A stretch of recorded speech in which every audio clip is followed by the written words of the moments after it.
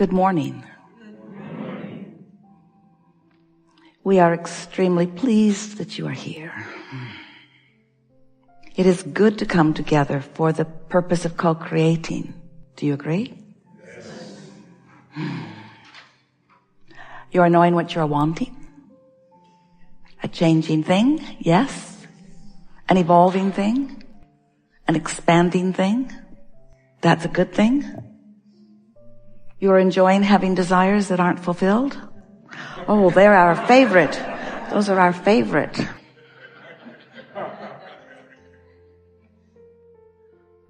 Well, what is a manifestation anyway?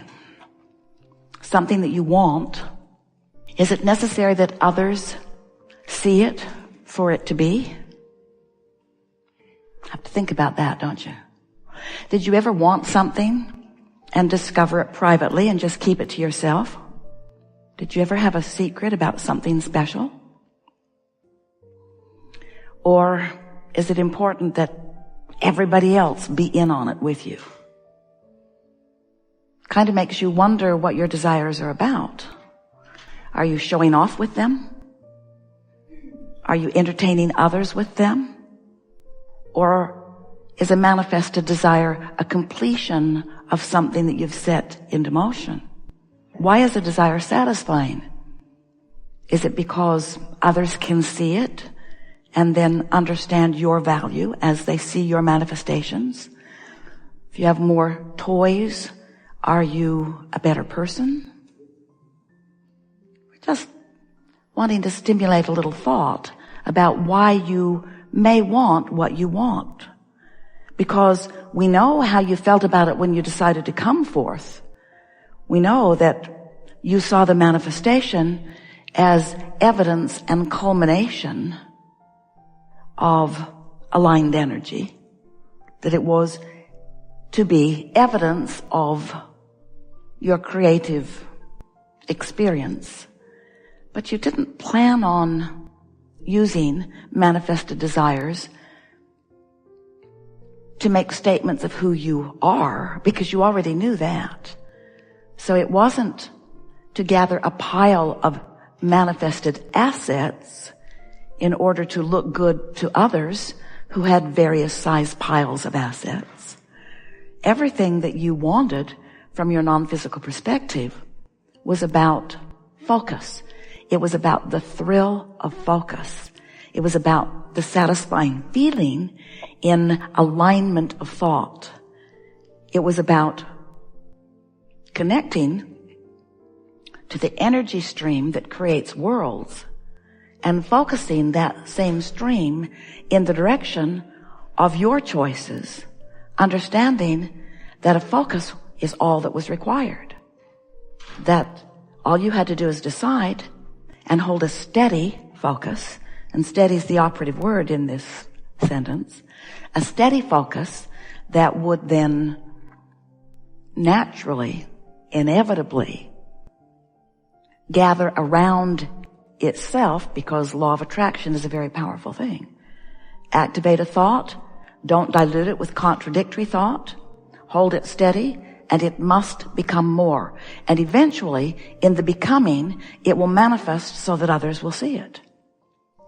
But if early on in that process you are measuring what's manifested and others' point of view of it, and if it hasn't manifested to the degree that they can see it, or if you manifest something that others don't approve of and you care, then without meaning to, you water down, you dilute that energy stream. And so the manifestation is slower to come.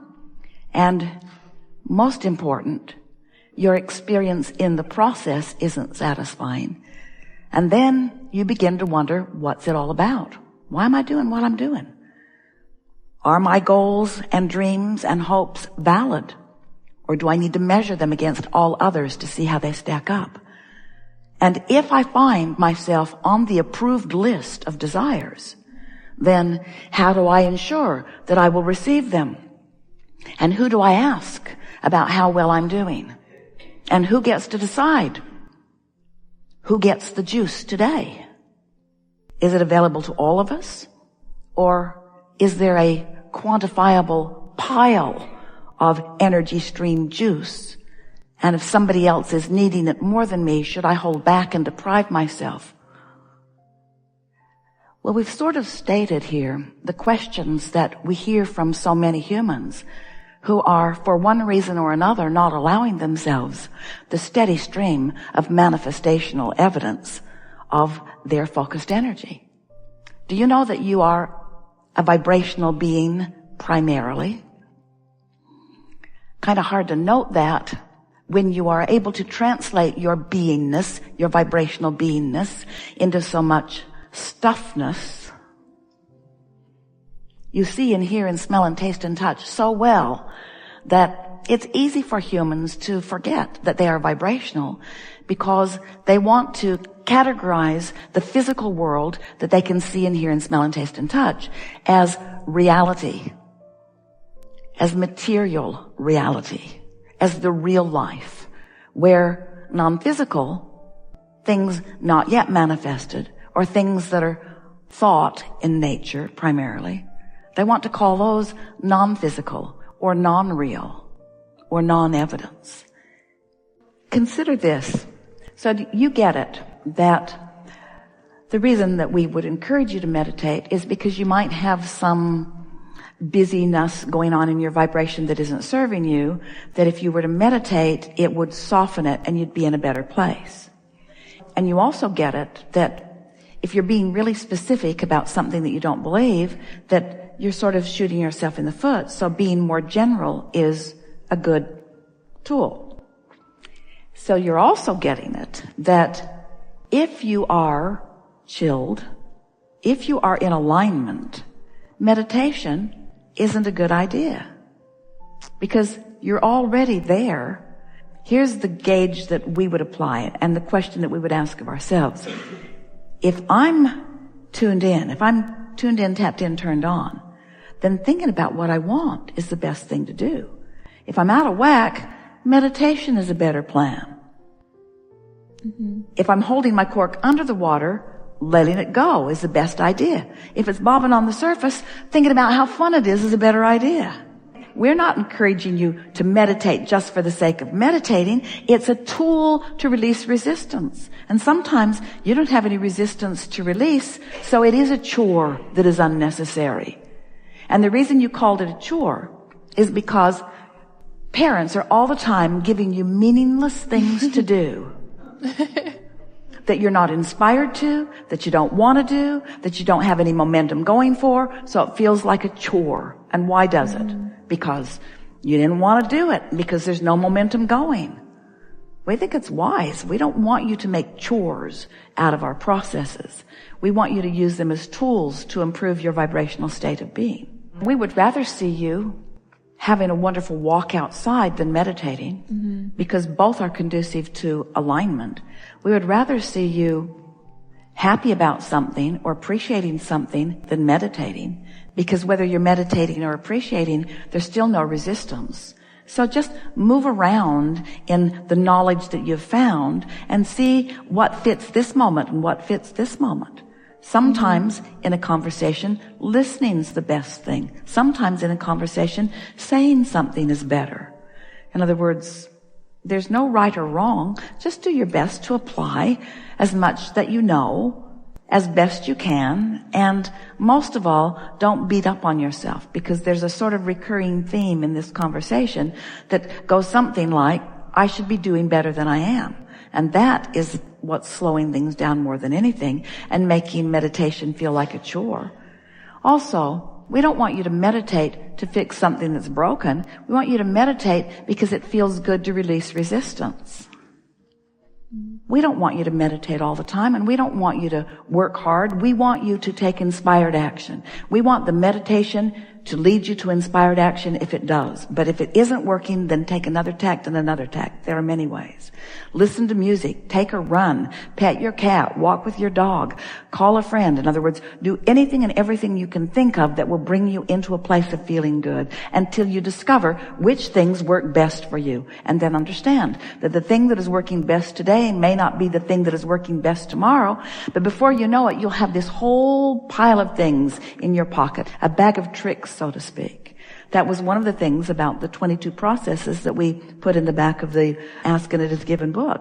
They were written in an understanding that you are at different vibrational frequencies. You are at different relationships to the source within you. And sometimes one process works better than another.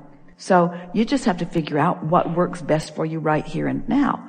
But we want this conversation to do its job, if words could teach, in the convincing you that there's not one process that's going to work for you every time, but that the desire that is at the heart of this is what really matters. I want to feel as good as I can feel now. Right now. I'm going to do the best I can to feel good now.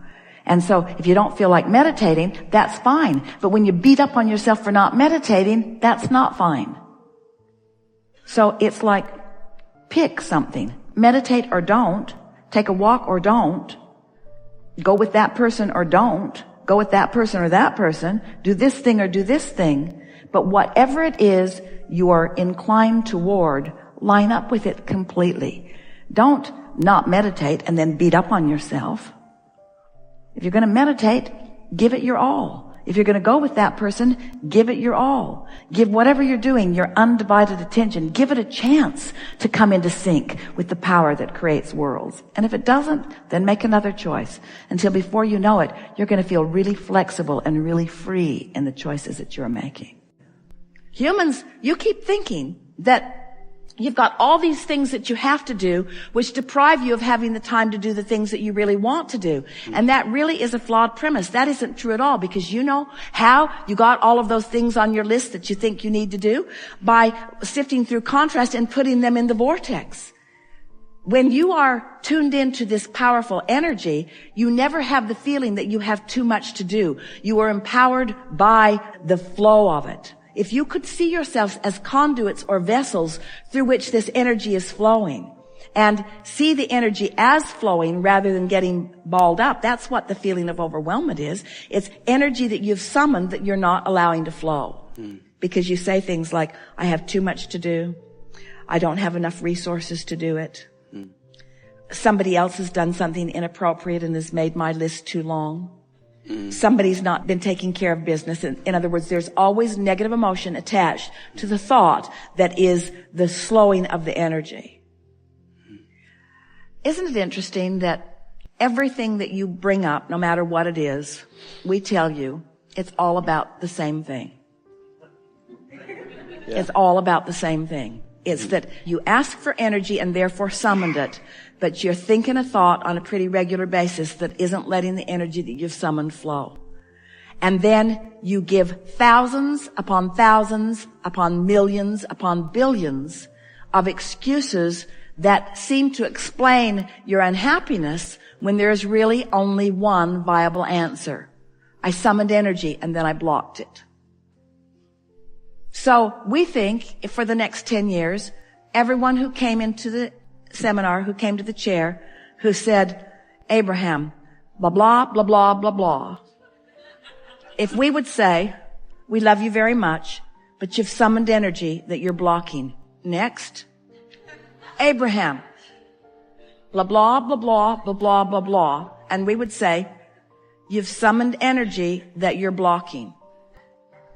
Abraham, blah, blah, we only have 15 more minutes. Blah, blah, blah, blah, blah, blah, blah, blah, blah, blah. You've summoned energy that you're blocking. And after a while, someone would say, how do I know that I've summoned energy that I'm blocking? And we would say, blah, blah, blah. No, we would say, because you feel negative emotion. Because if you hadn't summoned energy that you're blocking, you wouldn't feel any negative emotion. Well, how would I know that I've summoned energy that I'm not blocking? Well, you'd feel positive emotion. Is there anything else that you want to tell me, Abraham? No. That's it. That's the whole thing. Life causes you to summon, and if you don't block it, you'll have fun. Seems like there should be more. We know it seems like it, but there isn't. You can apply it endlessly. You can apply it to relationships. You can apply